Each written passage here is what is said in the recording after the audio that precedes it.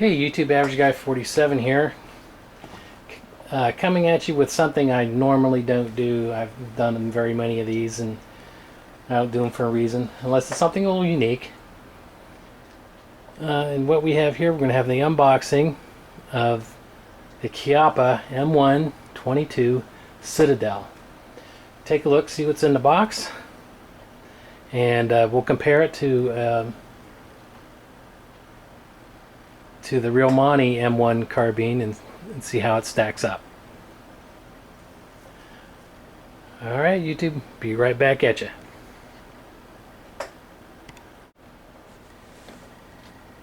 And as we can see, it comes in a pretty plain cardboard box. Safety manual.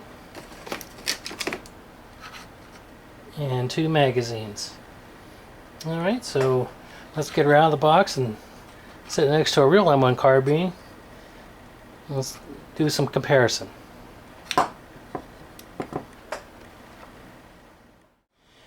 As you can see, dimension-wise, it's almost remains true to be a duplicate of the famous M130 Carbine. The only difference is that it's maybe an inch shorter in overall length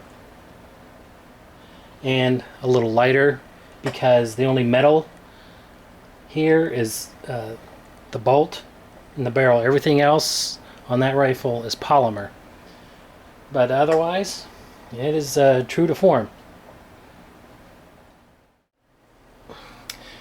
Yeah, Chiappa went to pretty extensive measures to really duplicate the M1 Carbine and all the other features that go along with it. For example, even the magazine is the same dimensions as the standard M1 Carbine 15 round magazine, such as we see here.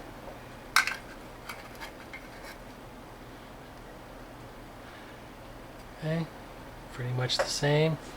The only exception being this follower does stick up a little bit higher than the standard magazine, standard M1 Carbine magazine. However, it still fits nicely in the buttstock magazine pouch, as we shall see here.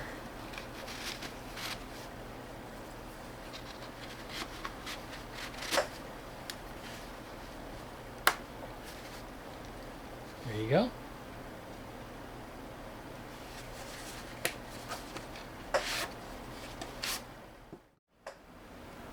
And despite the initial physical similarities between the Chiappa M1-22 Citadel and the real M1 Carbine, there are some significant internal differences. Well, one significant internal difference is that this rifle is not a gas piston operated. It operates on straight blowback, which is a good thing since it's shooting a 22 long rifle. And secondly, see if I can zoom in here, and I apologize for the crappy light. It comes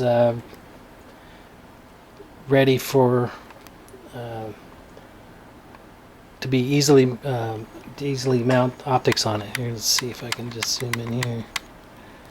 And you see right there, there's slots on top of the rear of the receiver, and then again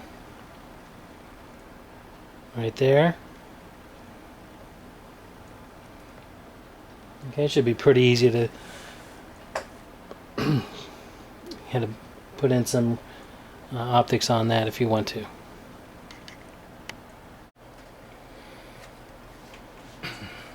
Now, according to the manual, this handy dandy little firearm has been tuned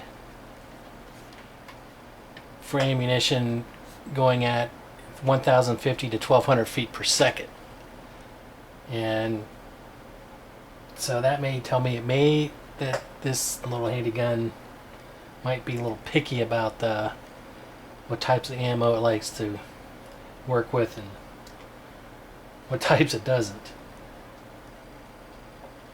One other concern I have about this is that on the box there are several similar warnings, and it comes with this specific tag warning you not to dry fire.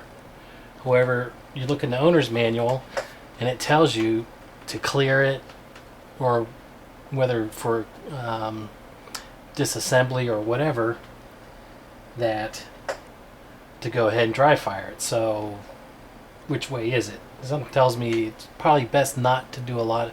Well, as with any rim fire, it's not best not to dry fire it. But wondering if it's that kind of a warning from the manufacturer that more than a few times might not be very good for the firearm. Let me see, what else did the manual say? Oh yeah, it does have they warn of a break-in period of 150 to 200 rounds, and it needs to be disassembled and cleaned every 200 to 300 rounds. So anyway, I think looking forward to taking this to the range and seeing what it'll do. Alright, as always, YouTube, stay safe, support the Second Amendment.